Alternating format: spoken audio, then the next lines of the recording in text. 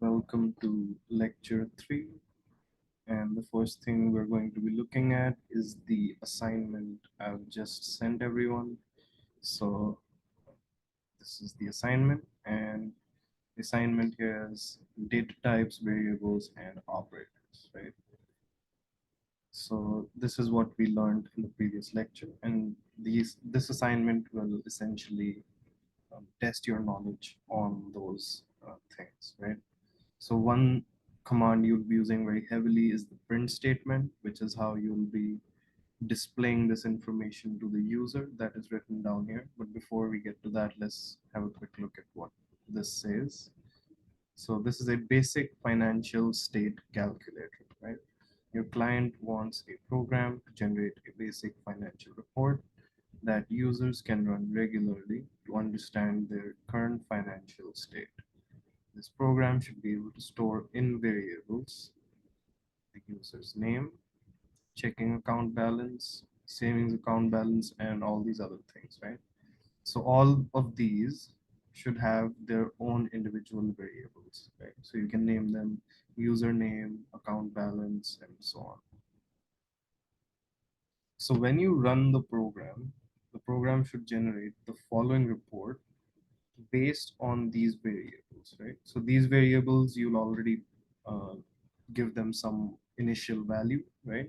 And then based on those values, it will calculate this program, right? So it will first print out this, and then, so the first statement here is hello user's name, right? So basically what that means is you'll have the user's name as a variable, right?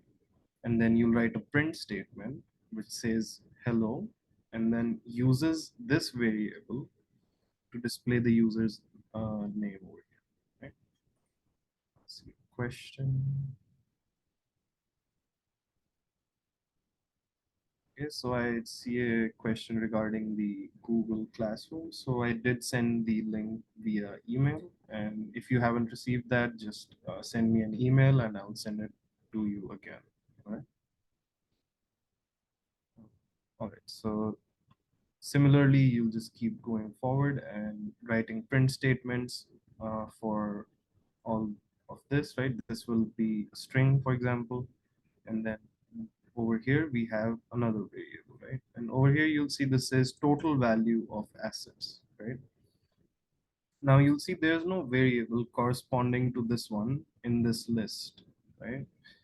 So what you have to do for any of the variables that have a dollar sign in front of them, right? What you have to do is you have to use this sheet over here to calculate those values, right? So total value of assets will actually be calculated by using all of these other variables, right? So you will use 4 variables to calculate this value, and then you'll print it out over here, right? And then that's how you go forward with the assignment. So this is all the hints I'm going to give you right now, and I'll let you try this assignment on your own first. So if anybody has any issues with this, just let me know in the next lecture, all right? Any questions right now that you have off the top of your head?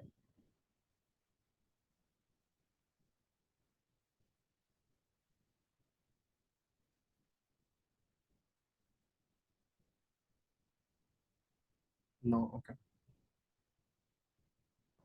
So we're going to stop sharing, go to our topic for today, which is conditionals and data structures. All right, so first part of this, conditionals, right? So this is very similar to how a conditional would work in English, right? So the first conditional we have is the if statement. Now, when do we use an if statement in English, right? We use it when we want to specify that in a certain scenario, if something happens, then, then we can explain the outcome of that scenario, right? That's what we use the if word for. So it's similar to that in Python, right? So what you can do is you can say if boolean 1, and if this boolean 1 is true, what will happen is it will go to line number 5, right? And in line number 5, it will print this statement out. But if this boolean 1 is false, it will ignore the statement. So let's have a quick look in PyChart.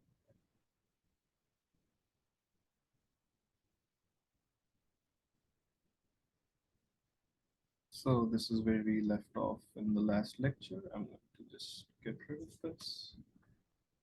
And let's first create a Boolean value, right? So what can a Boolean value be? Let's say is equal.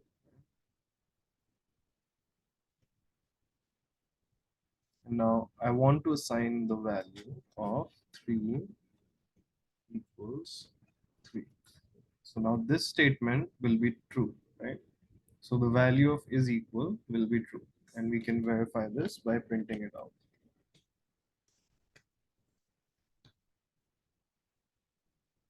So if we run this, we get true, right? So now what we'll do is we'll write an if statement.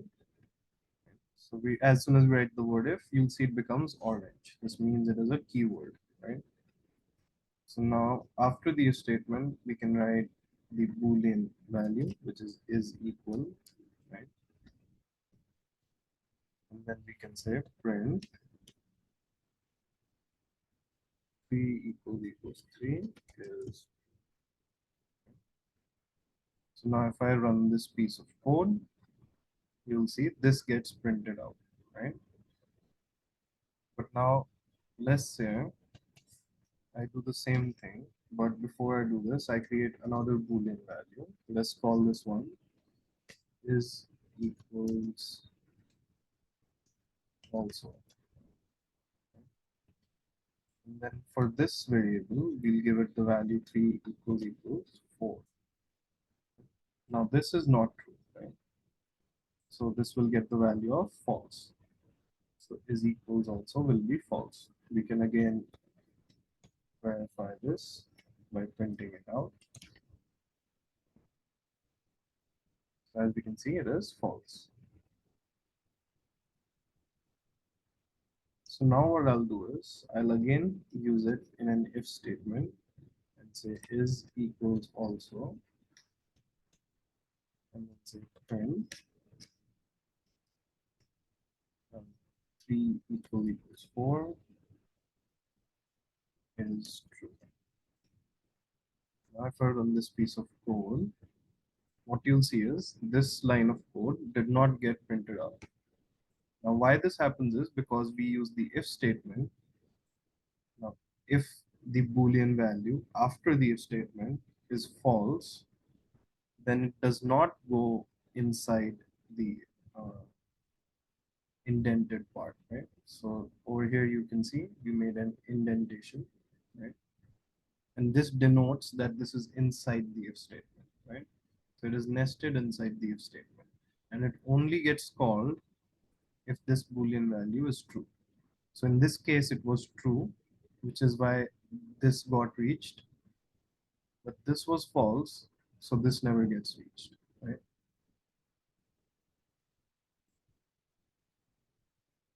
Are there any questions?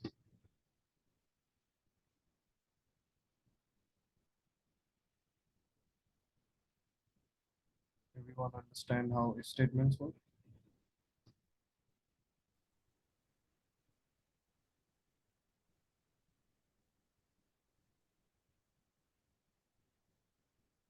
You can also put your questions in chat. All right.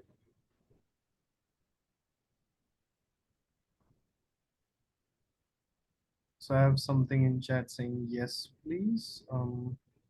So do you want me to go give you another example maybe? Is that what you're saying? I'll just give another example. All right. So instead of making a variable, another thing we can do is we can directly write the statement after we write it. right? So I can just say this and then say print 3 equals 3 is true. Yeah. So when I try to run this piece of code, you can see this statement gets reached, right? So this statement will get reached if the if statement is true, right? If this piece of code is true, then it goes to the indented code.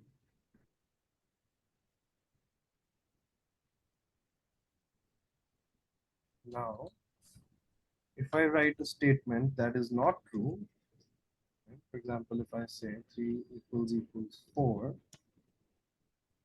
now I say print 3 equals 4,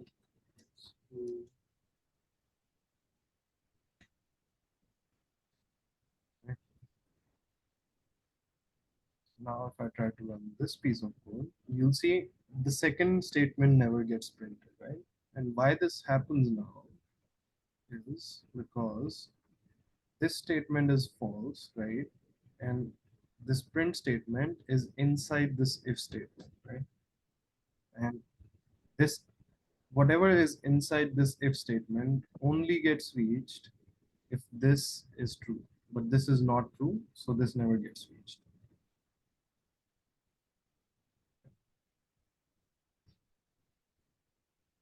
So let's go back to the presentation.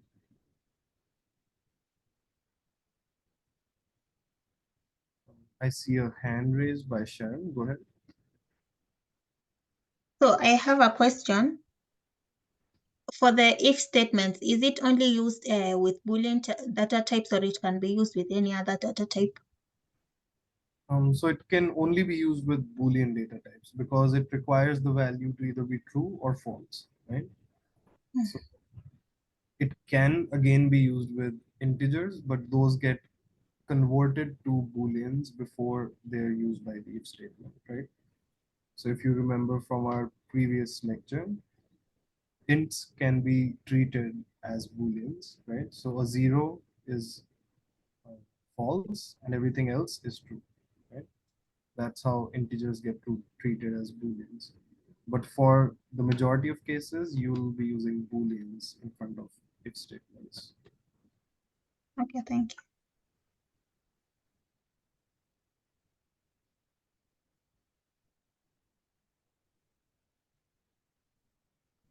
So let's see. So is everyone able to see my screen? See the presentation? Say okay in chat if you're able to see.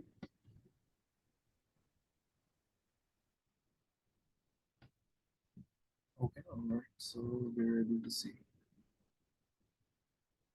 All right. So the next thing we're going to look at is the if else statement, right? So what you can do is you with an if statement, you can chain an else statement, right? So an else statement can only be present if there's already an if statement present, right? So what happens is if the if statement is false, the code will actually do whatever is written under the else statement instead. So what you can do is you can bifurcate the code into basically two parts and say that, okay, if this condition is true, do this set of instructions. Otherwise, if it's not true, then do a separate set of instructions, right? So let's have a look at this.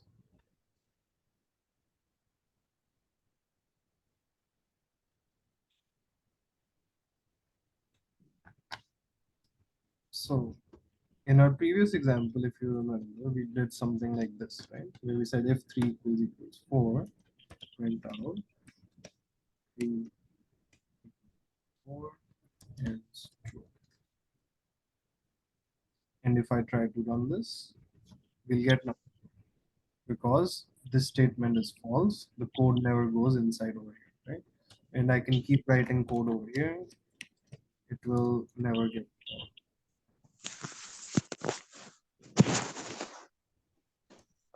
Right?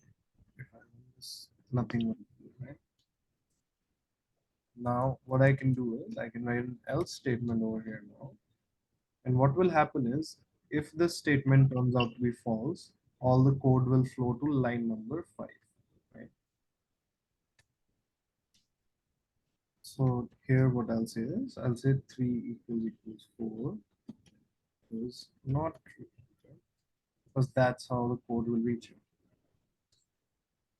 Then I'll write a bunch of other statements like hello in all caps and work in all caps. Right? So now if I try to run this piece of code, as you can see, everything that was inside the else statement gets printed out. Right? Why is this? This if statement is false, right? Because 3 is not equal to 4.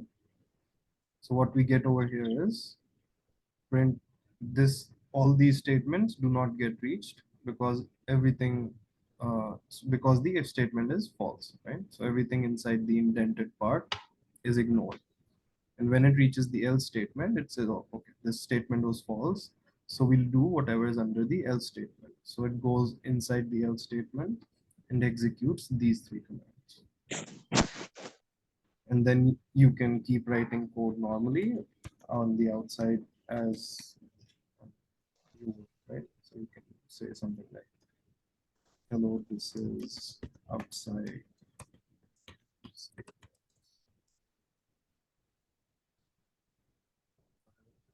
You'll see it gets printed out, right?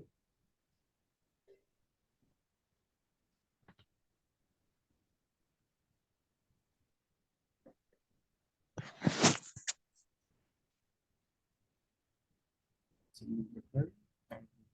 Let's go back to the presentation unless there's any questions here.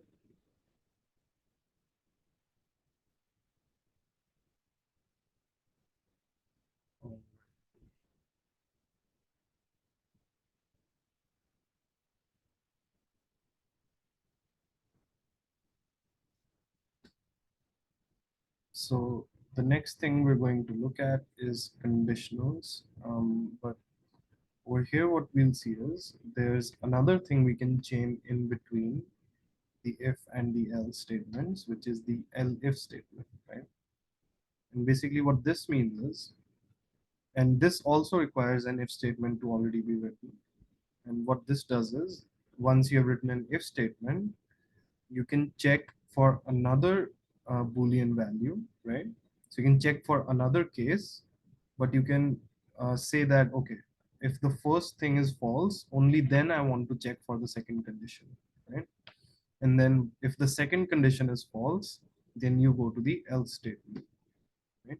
So let's have a look at an example for this so it's a little bit more clear.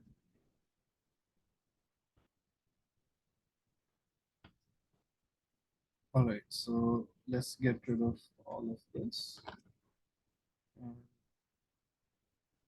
Let's create a simple way to just test a variable, right? So let's call a variable x and give it the value 0, right?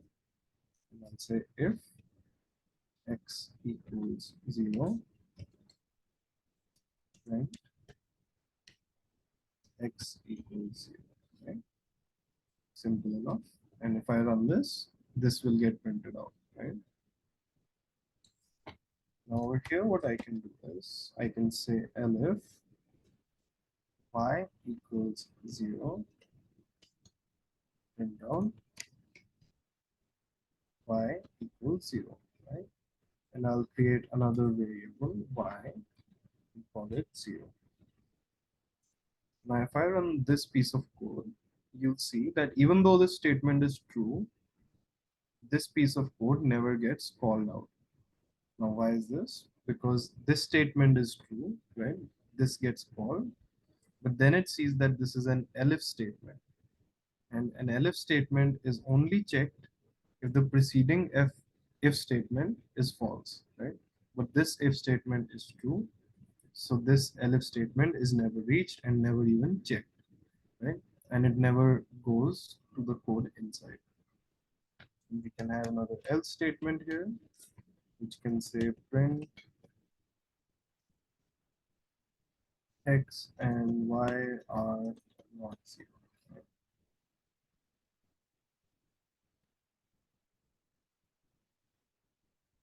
Now what I can also do over here is, so now another thing I'd like to show you first is, what if I make X 1, right? Now if I try to run this code, you'll see it actually prints out Y equals 0, which means it prints out this piece of code. So now what happened in this case is,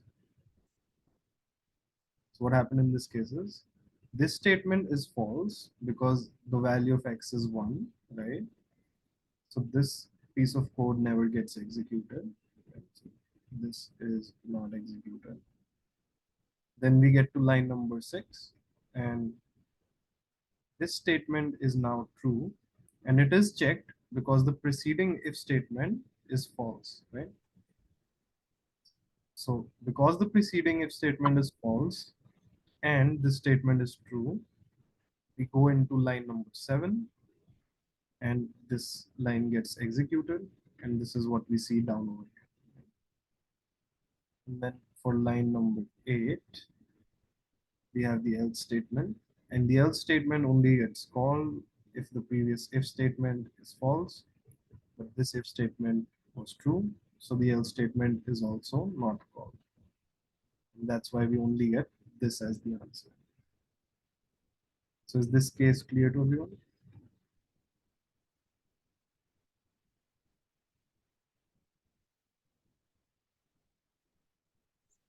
Hello? Yeah, I can hear you. I'm a bit confused on the ELIF statement. I think I'm a bit confused there. The elif statement. Yes.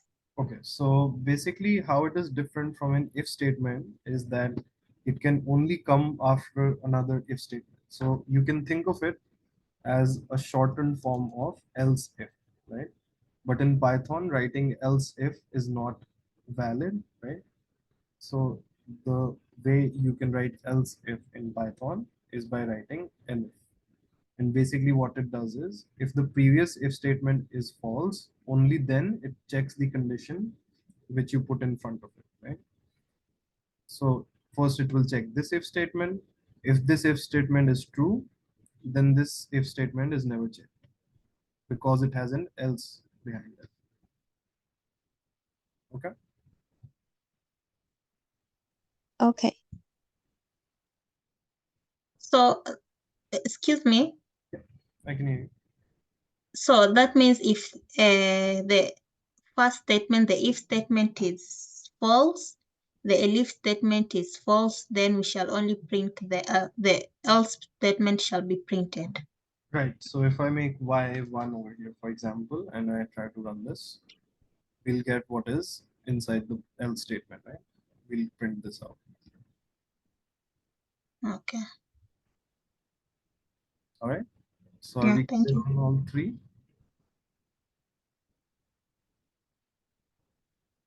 All right. So let's go back to the presentation.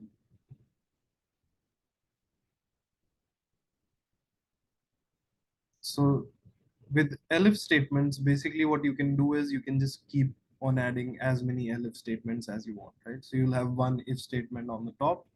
You can have multiple elif statements and then one else statement at the very bottom, right? So what will happen is you'll check the first condition, then you'll check the second condition, third condition, and so on, as long as they're all false, right? And as soon as one of them is true, all the rest get ignored, right? So let's have a quick look. So let's say I was to add another variable. Let's call it Z, and I give it the value 0. So between the elif and else statement, I'll add another elif statement, checking if the value of Z is 0, right? And I can print this out. So if I try to run this, now you'll see this gets printed out, right? Because all of these statements get checked one by one, right? And if the statement is false, it goes to the next one. The statement is false, so it goes to the next one. And then it sees that Z is 0. This is true. So this gets printed out and this else statement is ignored. And then similarly, if I make y 0, you'll see only y equals 0 is printed out. Why? Because again, let's look at the whole thing, right? So it goes to line number 5. This statement is false, x is not 0. So this gets ignored. It goes to this if statement. It checks y is 0, right? So this is true. Then goes to line number 8 and prints this out because this if statement was true. And then all the rest is ignored, right? Because they're all under else statements.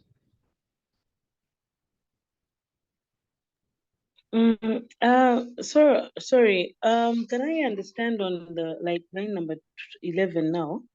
I've understood for the Boolean values above. Print x and y are not 0.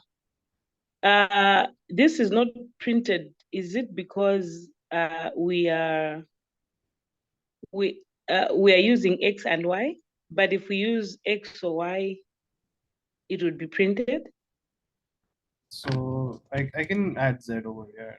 Like it still won't get printed. So the reason this doesn't get printed out is because the basically what happens is once you chain if statements with elifs and then an else statement, right? If you chain it like that, what happens is it will check each statement. So it will first check the if statement. If this is not true, it will go to the next elif statement. And then if this turns out to be true, it will ignore all of the rest of the else and elif statements and not print out any of them, right? That's what happens. So do you mind changing number 12 for it to be true? How would it, what would be an example of line number 12 being true? So for that to happen, basically what we need is we need this if statement to be false, then we need this if statement to be false, and then we need this if statement to be false, right? So we'll change all three of the values to not be not be 0. And then when we run this, you'll see we get this line of code. Oh, okay. Okay. Mm. All right. Anybody else have doubts? I think for me, I would want to see it in in the real life example now, if that would be practical. Yeah, so definitely I'll be giving an assignment for this as well. So Okay. yeah, you'll get to try it out. All right, so let's go back to the presentation, right? So over here, you can look at this example as well, if it makes things a little bit clearer. So yeah, so as Sharon said, if everything is false, then the else statement is executed, right? So if all the if statements and all the elif statements are false, the else statement will get executed, right? So you can have a look at this example shown over here in the presentation as well. As you can see, if boolean 1, right, and if this boolean 1 is true, this statement gets printed. Otherwise it will go and check for boolean 2, and then in this print statement you can see boolean 2 is true. Also we know that boolean 1 is false because this is only reached if boolean 1 is false. And then in the else statement we have both boolean 1 and boolean 2 are false because this will only be reached if both of these if statements are false. So then we also have the shorthand if statement and the shorthand if else statement, right? So let's have a quick look at those as well.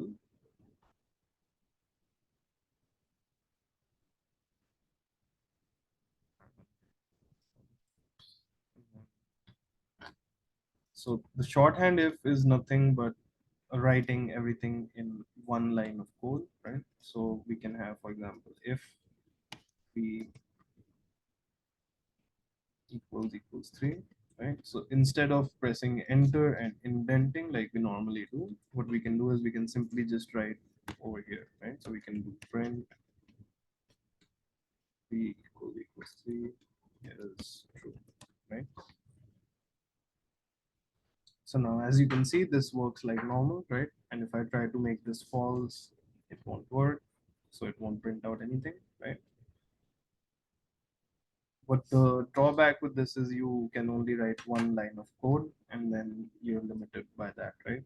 And if you press enter and indent it, you can actually write multiple lines of code for the same if statement.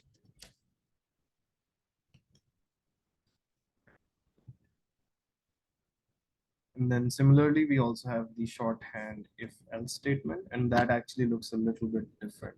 So in that, what we have is, first we have the code if the condition is true, right? So for example, the print statement will be 3 equals 3 is true. Then we say if and write the condition.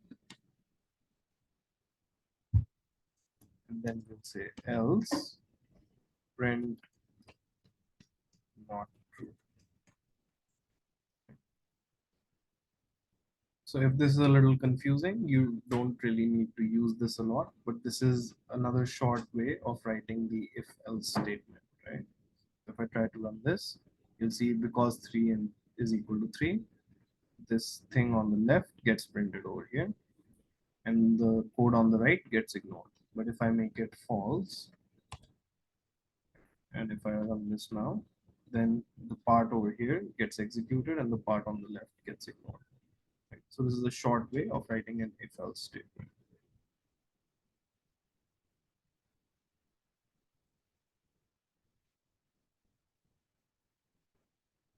All right, so conditionals can also be nested.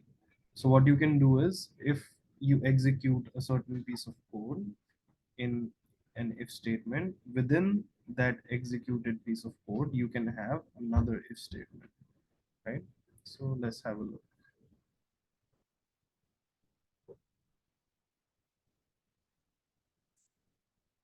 All right, so let's make 3 variables again.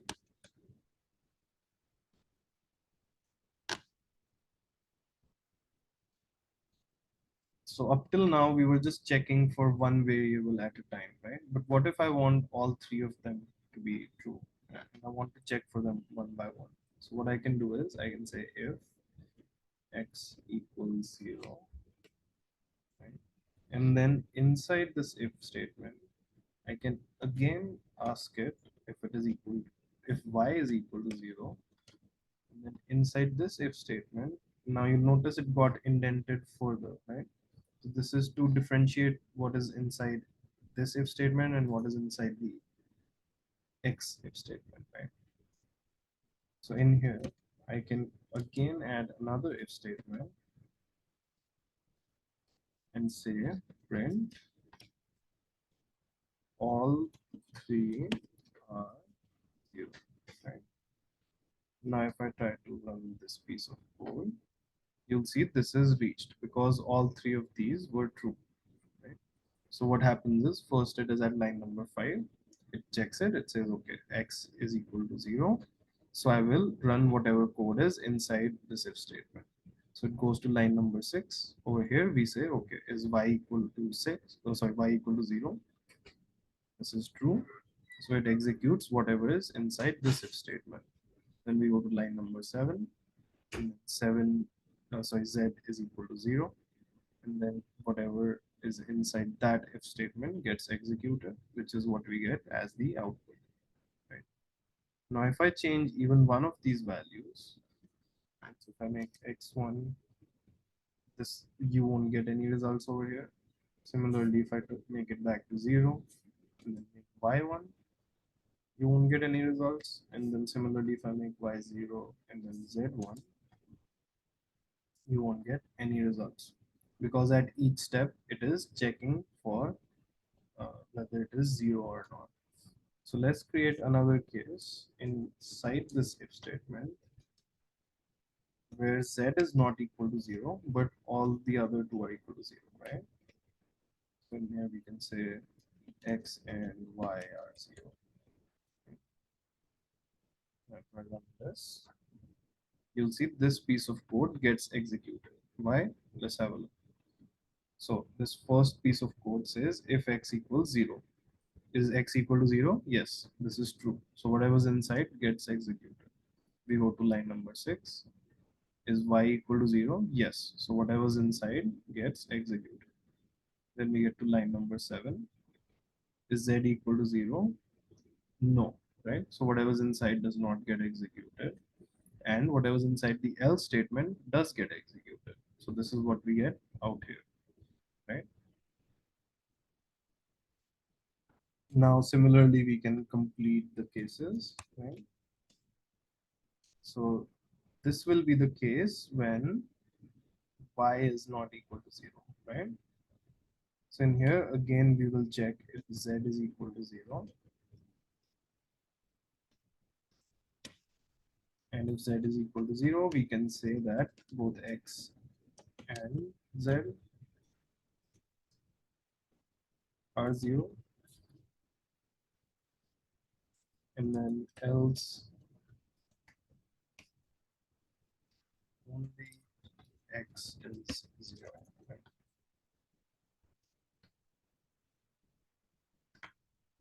And then we can complete this for the case when x is not 0, right? And then we can simply just copy this over, make it a little bit quicker, right? And then here I'll say y and z are 0. Here I'll say only y is 0.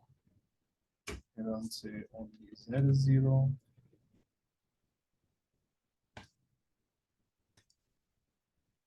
And then lastly, none are 0.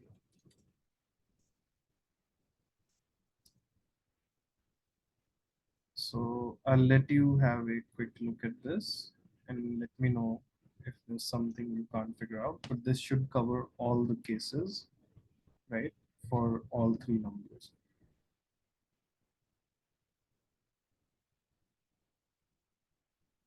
So these print statements will be reached when whatever's written inside of them is true, right? So if all three are 0, we'll get to this print statement. If x and y are 0, we'll get to this print statement. If x and z are 0, we'll get to this print statement. If only x is 0, we'll get to this one, and so on.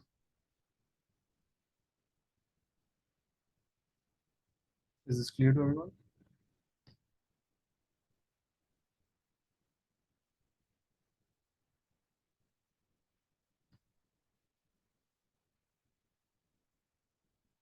All right. I don't see any questions or hands raised.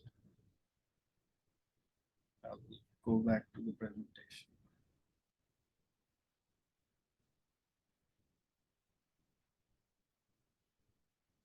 All right, so that's all for conditionals, right? So conditionals were all your if statements, your elif statements, and your else statements, right? So the next topic we'll have is data structures. A data structure is essentially a means for storing and organizing a collection of data values, right? So sometimes you need something, a type of container that can hold multiple of the primitive data types such as strings, booleans, numbers, and so on, right?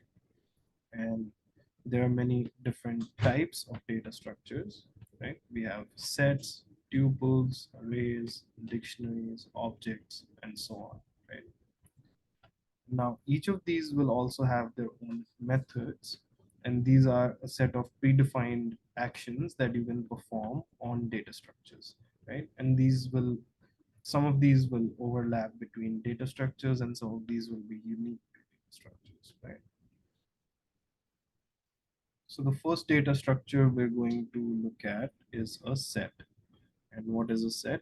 It is a set of unordered values, right, that are unique and immutable. So let's see what that means. So unordered means that the elements within a set are not ordered, right? So it doesn't necessarily if you put them in a certain order, it doesn't necessarily mean that you'll get them out in the same order when you try to print it out, right? And then similarly over here, we have, they are unique values, right? So if you try to put multiple values inside a set, that won't work, and they'll actually discard the multiple values and only keep one of each, right? So in this example, you can see we tried to insert multiple ones, twos, threes, and fours, but we were only able to insert one of each. Next, they're immutable, right? So once you've defined a set, you cannot change the values of the elements in a set, right? So you can add and remove values, but you can't change the values, right?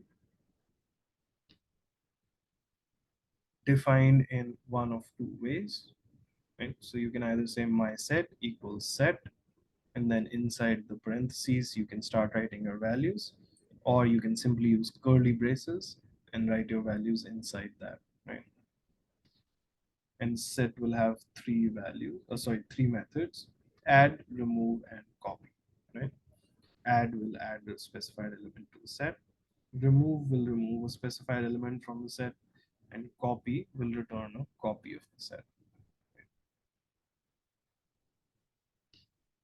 So these are some set methods that will help us doing operations between two sets. But before we have a look at that, let's quickly go to PyCharm and have a look at what sets look like.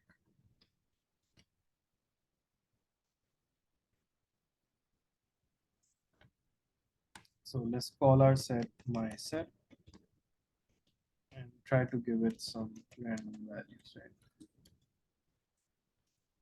So as you can see, I tried to have multiple of some values in there. Now let's try to print our set out. Right?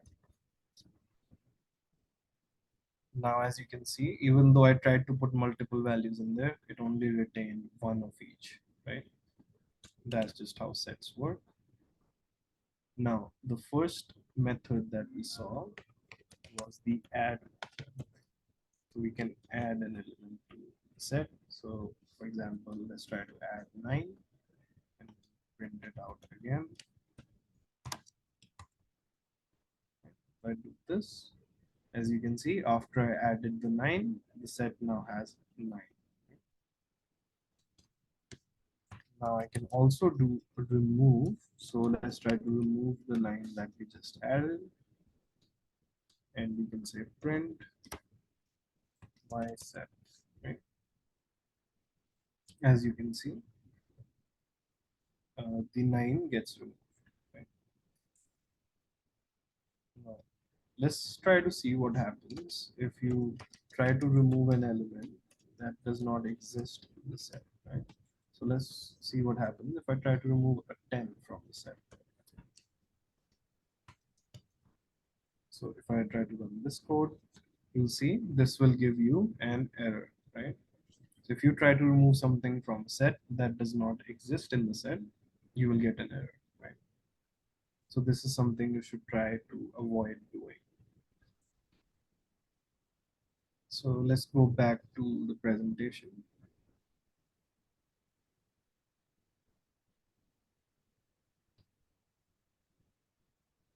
All right, so the methods we're going to look at next are difference, intersection, and union, right? So these are your normal set methods, right?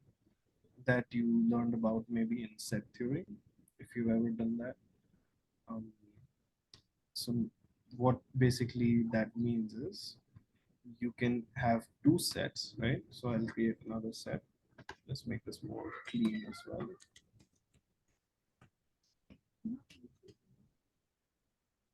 And let's create the second set.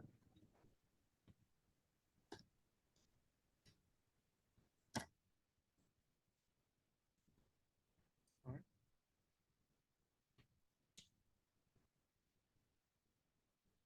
Now, what we can do is we can do all three operations on these, right? So if I print out my set union my set 2, right? What will happen is it will join the two sets and basically create a set that contains the values that are a combination of the values in both sets, right? We can also do an intersection, right? So I can do my set dot intersection my set 2. If I run this, now as you can see, intersection will give you the elements that are common in both, right? So 4, 5, 6 is present in both sets, and you get a set that consists of 3 of those, right? Next, you have my set dot difference, right? And then you can say my set 2. If I run this, I'll get 1, 2, 3, right? So what difference does is it will remove the elements that are common and give you whatever remains on this left hand side set, right? So these are the 3 operations that you can do on sets.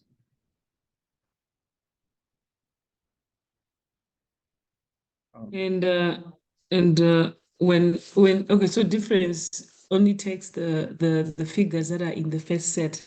What about when you want the figures that are in the second set? So you can just swap them, right? So you can take the second set and put it in the first one's place, and take the first set and put in the second one's place, right? Okay. So a Yeah. question. Go ahead. So for the difference, what you're saying is that the letters or what you want left has to be before the beginning of the second set. Yeah, so you'll use the difference operator on the set that you want the elements from, right?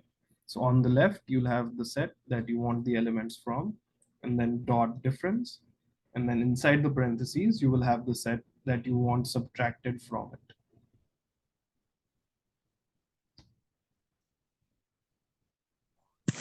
Can Okay, you give a question, second please. example? Sorry? Sorry. I have, okay, Um, please. So, which means that in this case of the difference now, since we wanted to work with only the first set, which means the 7, 8, 9 doesn't count when working in differences. yeah, so if you see the example on screen over here, we have 1, 2, 3, 4 dot difference, and then 3, 4, 5, 6, right? So 5 and 6 won't have any role in this difference at all. It will see that 3 and 4 are common, so it will remove those elements and just give us 1, 2. Okay, thank you. So if you want a set, right, that contains uh, a set of elements that are different from the first one and the second one, now let's have a look at how we can do that, right? So using the statements that we already have, we can write another statement, right? So we can say first my set dot difference, or sorry, dot intersection, right? And sorry, let's not do this. Let's create a variable. Let's call it my union, right? And what I'm going to do is I'm going to put this value in there. So this will be a collection of all the values in all the sets, in all 2 sets, right? Then I'll create another one. Let's call it my intersection. And I'll put all the values from all the common values in there, right? Now what I can do is I can do a difference between my union and my intersect, and we'll be left with the values that are not common in both, right? So if I print out my union dot difference my intersect, right? And if I'll this for now, if I run this piece of code, as you'll see, we'll get 1, 2, 3, 7, 8, 9. So it actually ignored the common elements and we get the rest. So this is what you'll do if you want that, right? Make sense?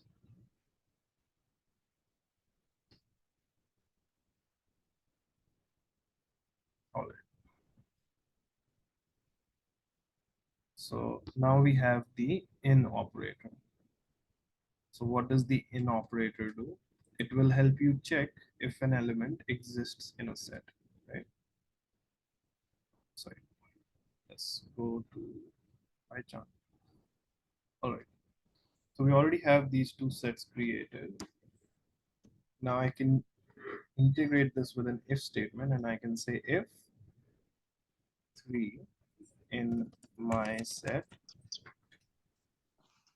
print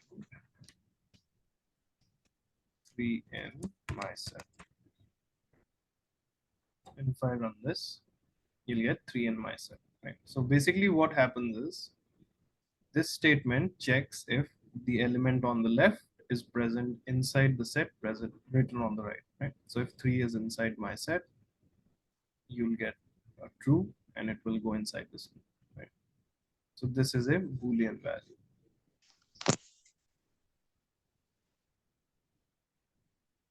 Makes sense? And if I do it for a number that is not inside the set, for example, if I do it for 10, it won't print it, right? Because this is false now.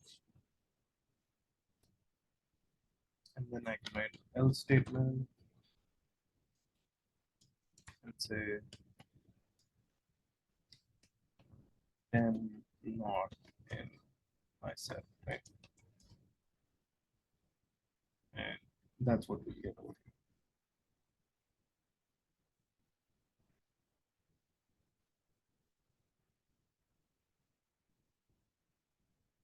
So that is the in operator. And that should conclude all the topics for today. So I'm going to stop recording.